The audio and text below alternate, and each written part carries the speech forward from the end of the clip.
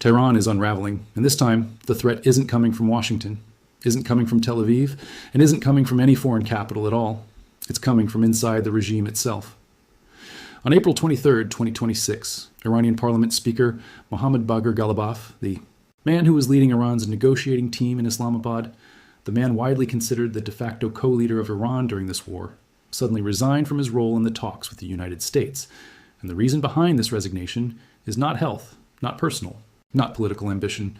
According to multiple intelligence sources and reports out of Tehran, Ghalibaf was forced out by the Islamic Revolutionary Guard Corps.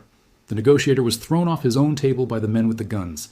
And what we are witnessing right now is one of the most dangerous internal collapses of any regime in the modern Middle East. Because Iran is no longer a state in the traditional sense. Iran, in April 2026, is a structure where a paramilitary network has effectively swallowed the civilian government whole. And the consequences of that swallowing are about to spill out across Hormuz, across the Gulf, across global oil markets, and into every gas station from Karachi to Kansas. Let me set the scene for you, because the speed of these events has been staggering. Just 3 weeks ago, on April 7th, 2026, the United States and Iran agreed to a 2-week ceasefire after almost 2 months of intense fighting. On April 11th, Islamabad, Pakistan, with the Pakistani Prime Minister Shehbaz Sharif and Field Marshal Asim Munir mediating, 21 hours of talks to submit a unified counterproposal. The deadline came and went. Nothing was submitted. The IRGC reportedly opened fire on commercial vessels in the Strait of Hormuz on the very same day Foreign Minister Araghchi had announced the strait was open. State television in Iran called Araghchi a fool live on air. And then, less than 24 hours later, the news broke that Ghalibaf had stepped away from the negotiating team. Iranian Parliament Speaker Mohammad Bagher Ghalibaf has reportedly resigned from Iran's negotiating team following an intervention by the IRGC after holding the position of Speaker since 2020. The signal could not be clearer. The men in the IRGC do not want a deal. They want the war to continue. They are willing to dismantle their own government to make sure it does. Now, you might be wondering, why is the resignation of a Parliament Speaker such a big deal? Let me explain why this is actually the most important domino to fall in months. Ghalibaf is not just any politician. He is a former IRGC Brigadier General himself. He commanded the Basumiya Imam Reza Brigade during the Iran-Iraq War. He commanded the 5th Nasr Division. He was the head of Khatam al-Anbiya, the IRGC's massive economic empire. He served as Tehran's mayor. He ran for president 4 separate times. And in this current war, he has been described as handling the strategic matters of Iran, while IRGC Commander-in-Chief Brigadier General Ahmad Vahidi leads the country's tactical war effort during the 2026 Iran war, and President Masoud Pezeshkian manages day-to-day state functions. Ghalibaf was the bridge between the AO hardliners and the pragmatists. He was the man who could speak to Vance in Islamabad and still get a phone call answered in IRGC headquarters, and now that bridge has been burnt by his own people from the inside, and there is only one logical explanation for this. The IRGC has decided that even Ghalibaf, a former general of the IRGC itself, was too soft, too willing to negotiate, too dangerous to keep on the table. So they removed him. They didn't shoot him. They didn't arrest him. They simply made it clear that the negotiating channel was being shut down and Ghalibaf had no choice but to walk away. But here is where the story gets even more disturbing, because the official Iranian response was to deny everything.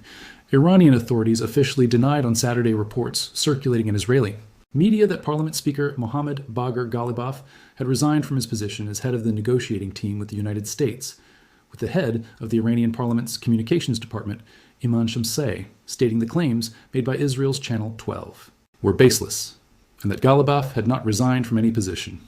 And then, within minutes, Ghalibaf himself, President Pezeshkian, and Foreign Minister Araghchi all posted nearly identical messages on their social media accounts, claiming there were no radicals or moderates in Iran, only Iranians and revolutionaries, all united under the supreme leader. 3 of the most powerful men in Iran, all posting word for word the same statement within minutes of each other. That is not coincidence. That is not coordination. That is dictation. Someone wrote that script, handed it to all 3 men, and forced them to publish it to deny what everyone in Tehran already knows is happening. And the only entity in Iran with the power to dictate to the president, the foreign minister, and the parliament, speaker simultaneously, is the Islamic Revolutionary Guard Corps. The denial itself proved the resignation. The unified message itself proved the divided regime. The official statement itself confirmed that Iran's civilian leadership no longer controls its own voice. So, Who is actually running Iran right now? Let me give you the names, because every single one of them matters, and most international media is not telling you the full picture. The first name is Ahmad Vahidi, the IRGC Commander-in-Chief, appointed on March 1st, 2026, just as the war was escalating. Vahidi is not a typical general. He is the architect of Iran's overseas terror operations. He commanded the Quds Force from 1988 to 1997, before Qasem Soleimani took over.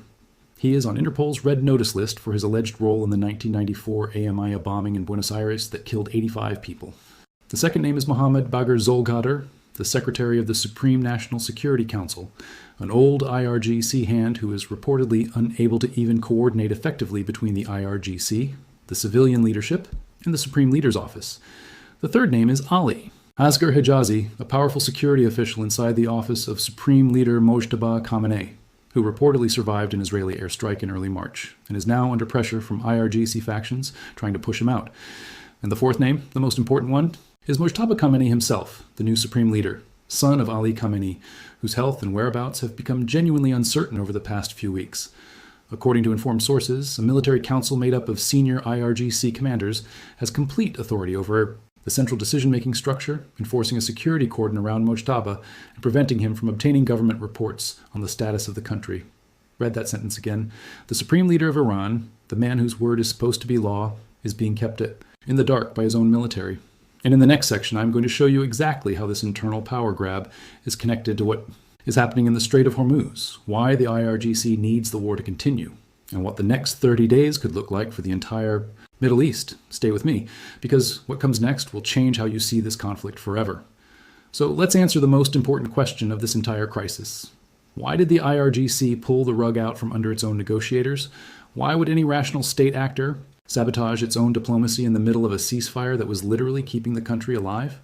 The answer is simple, and it is the same answer that has shaped every major decision the IRGC has made for the last 20 years.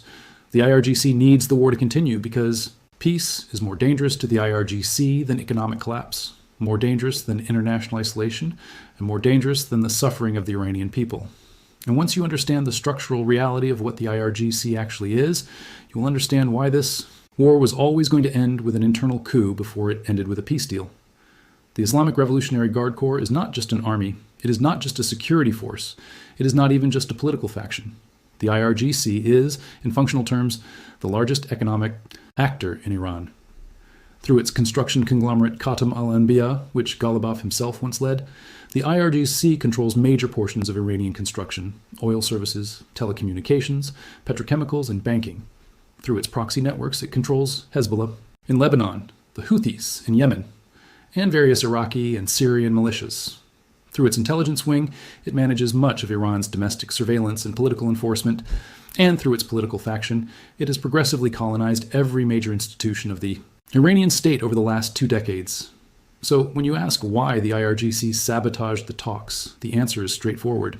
If peace comes, this entire empire is questioned. The IRGC's budget gets cut, its political influence diminishes, its economic monopolies face scrutiny, its proxy networks lose funding. And most dangerously for them, civilians start asking why an organization that consumes such a massive portion of national resources is even necessary. If war continues, none of those questions get asked because the war itself becomes the justification for everything. This is exactly why every time a moderate Iranian official has gotten close to a deal over the past 25 years, something has happened to blow it up.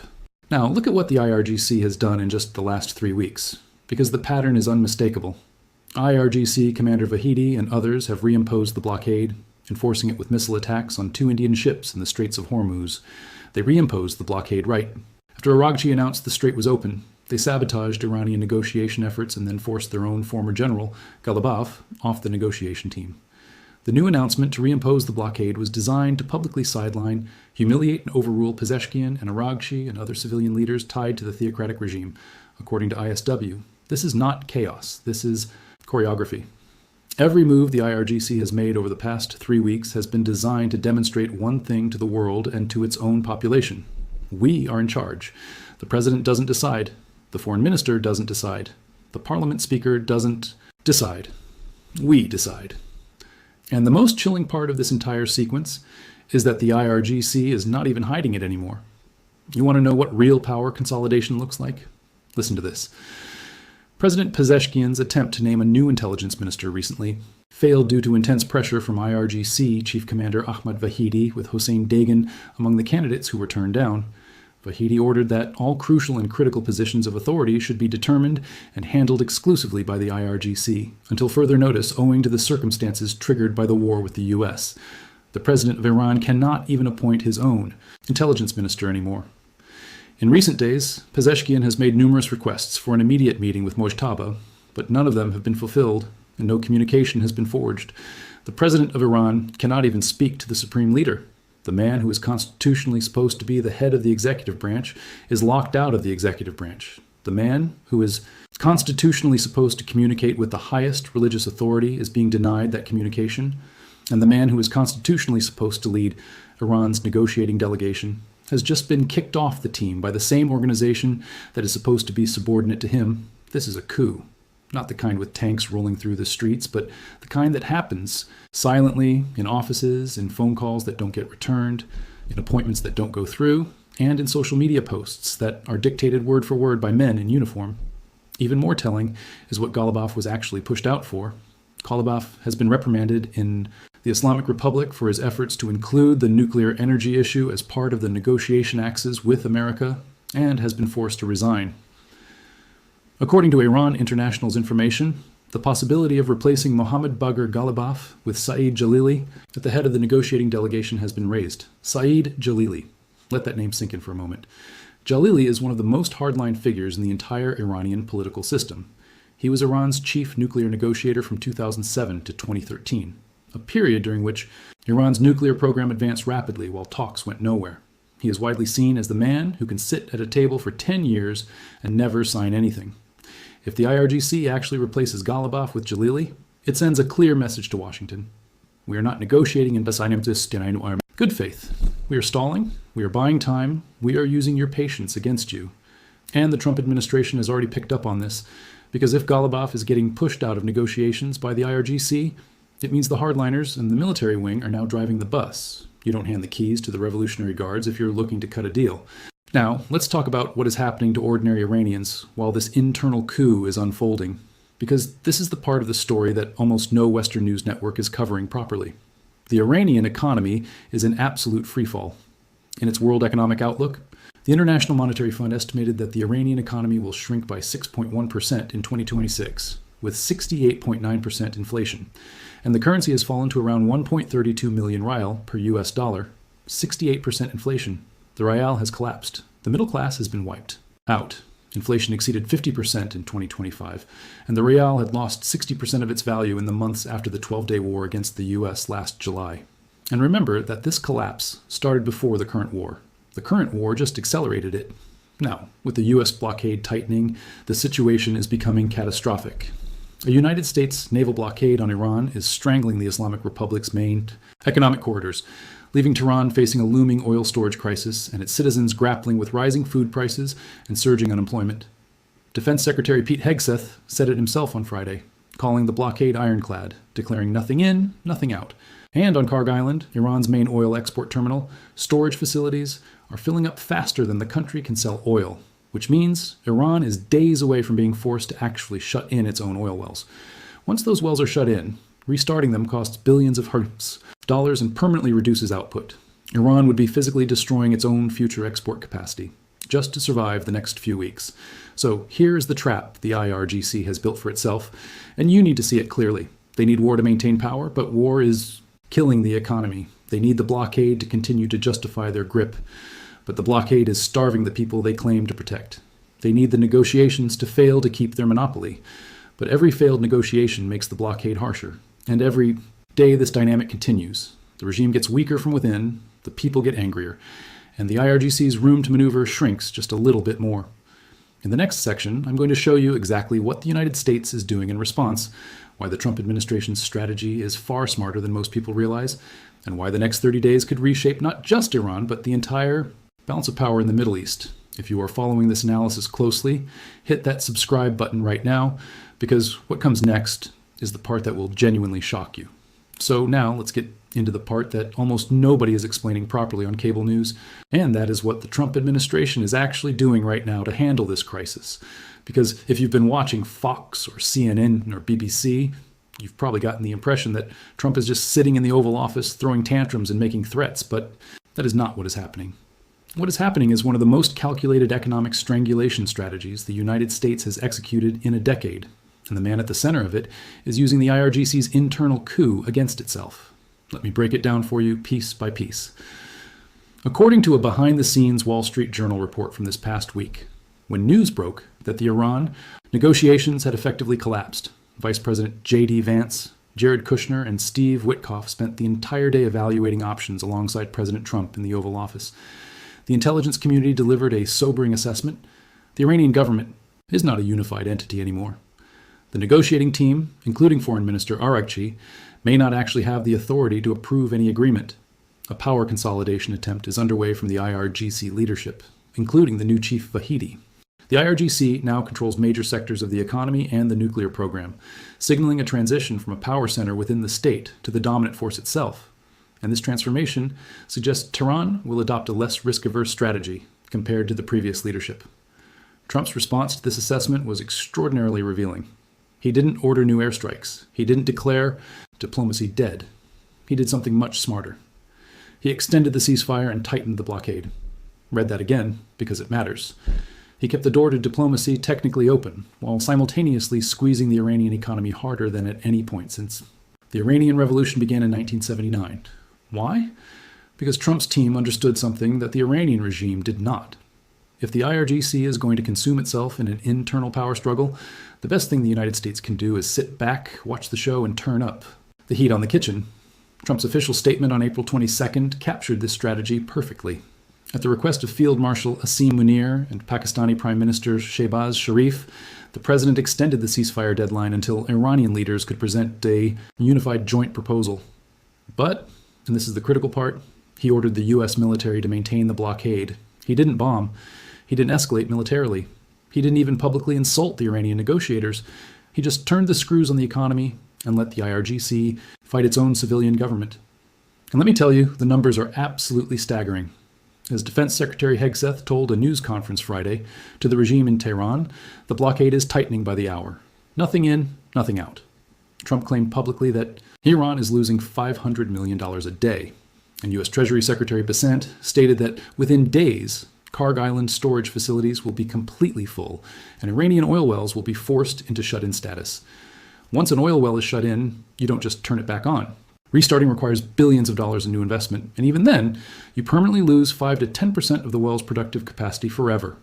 Iran is physically destroying its own oil future just to keep the lights on. And here's the part that should make every Iranian general lose sleep at night. Senior Iranian economic officials reportedly warned President Masoud Pezeshkian recently that it may take more than a decade to rebuild the war-torn economy. And Central Bank Governor Abdolnasser Hemeti has reportedly urged Pezeshkian to take urgent steps to stabilize the economy, including restoring full internet access and pursuing a peace deal with the U.S. Even the head of Iran's central bank is privately telling the president to make a deal. But the president cannot even get a meeting with the supreme leader, let alone the IRGC commanders who are actually running the country. So the bank governor's warning falls into a void. The economic reality and the political decision-making structure have completely decoupled from each other. Iran is bleeding $500 million a day, and the people who could stop the bleeding are locked out of the room where decisions are made. But the most strategically brilliant aspect of Trump's approach is the financial squeeze beyond the blockade itself. The Trump administration has also dangled the threat of fresh sanctions on Chinese banks facilitating transactions tied to Iran. And the combined pressure of the blockade and the threat of sanctions on Chinese banks supporting Iranian oil trade may be dealing a more severe blow to Iran's economy than many anticipated. China has been Iran's economic lifeline for years, buying discounted Iranian oil through a network of intermediaries and small banks. Trump is now threatening those Chinese banks directly. And here's why that's so devastating. Iran's roughly $35 billion in foreign reserves, and the 180 million barrels of oil it has floating in the Asia-Pacific can buy the regime maybe 2 to 3 months of breathing room. After that, if the Chinese banking lifeline is cut and the wells start shutting in, the regime hits what economists call a balance of payments wall. Translation, no money to import food, no money to import medicine, no money to pay government workers, no money to pay the police, and most dangerously of all, no money to pay the IRGC's own foot soldiers. An unpaid IRGC is not a loyal IRGC. An unpaid Basijci is not a regime. Defender. The same security apparatus that crushed protests in 2022 and 2025 cannot be relied upon to crush protests in 2026 if salaries stop arriving. Now let's talk about Iran's panicked response, because this is where the picture of a regime in absolute desperation becomes undeniable. After the blockade tightened, the IRGC's response was to seize ships in the Strait of Hormuz. But look at the targets they chose. They didn't seize American ships. They didn't seize Israeli ships. They seized vessels owned by Greece, the United Arab Emirates, and a Swiss-based company. None of these countries are at war with Iran.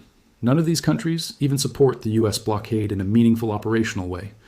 Iran attacked countries that are not involved in this war because Iran knows it cannot strike back at the actual countries that are actually hurting it. This is the classic behavior of a cornered actor. When you can't punch the bully, you punch the bystanders. And then, semi-official IRGC-linked accounts on social media